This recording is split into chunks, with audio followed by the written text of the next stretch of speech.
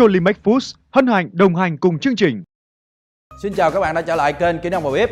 Hôm nay tôi sẽ hướng dẫn các bạn món cơm chiên trứng. Để thực hiện món này chúng ta cần những nguyên liệu sau. Cơm chúng ta sẽ có 500g, trứng gà chúng ta có 3 quả. Gia vị gồm đường, muối, hạt nêm, tiêu xay, tỏi. Gia vị đi kèm là nước mắm Cholimex. Nước chấm là nước tương ớt. Ăn kèm là cà chua, dưa leo, ngò rí trang trí. Để thực hiện món cơm chiên trứng các bạn nên sử dụng gạo tài nguyên. Gạo tài nguyên các bạn mua về, rửa sạch, vo sạch. 1 kg gạo các bạn cho 1 kg nước vào nấu tầm khoảng 35 phút là chín. Muối 1 muỗng cà phê tương đương 4g.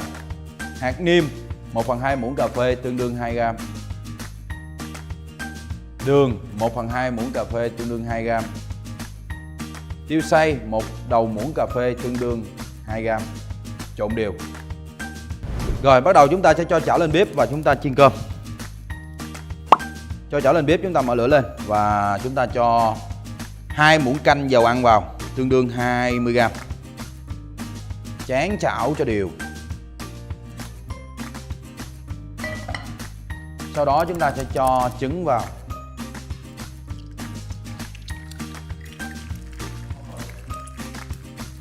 Rồi khi cho trứng vào chúng ta sẽ đánh tơi trứng ra.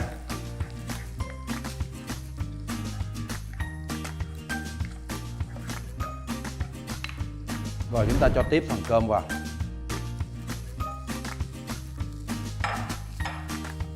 Và chúng ta sẽ dầm những cái cơm cục ra.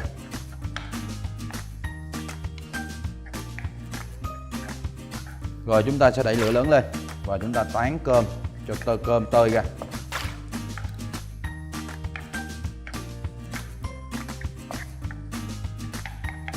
Cơm tơi ra bắt đầu chúng ta xóc.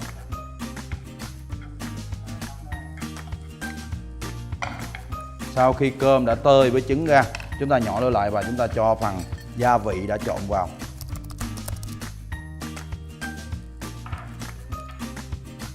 Rồi tiếp theo là xóc đều lên.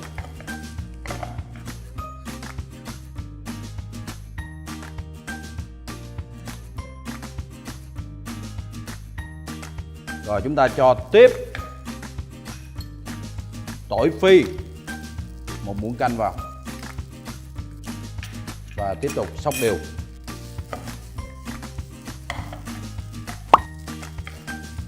Rồi bắt đầu chúng ta sẽ cho cơm ra tô.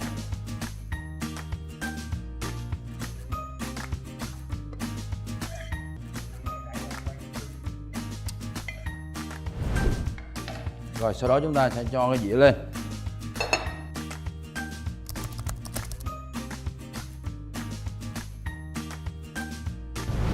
Tiếp theo chúng ta sẽ cắt phần dưa leo để trang trí.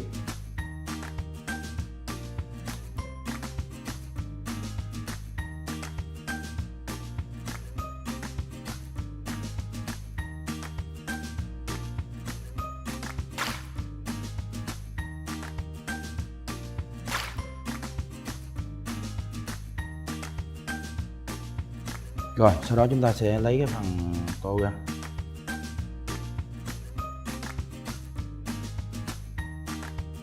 Rồi sau khi xong chúng ta sẽ ăn kèm với lại nước chấm là nước tương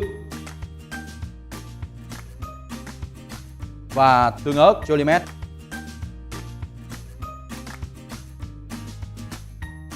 Như vậy là tôi đã hướng dẫn xong món cơm chiên trứng.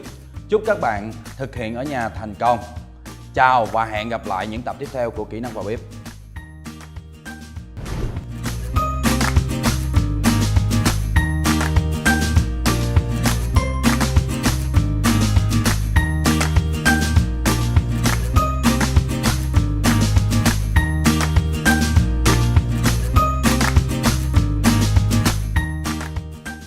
Cholimex Foods hân hạnh đồng hành cùng chương trình.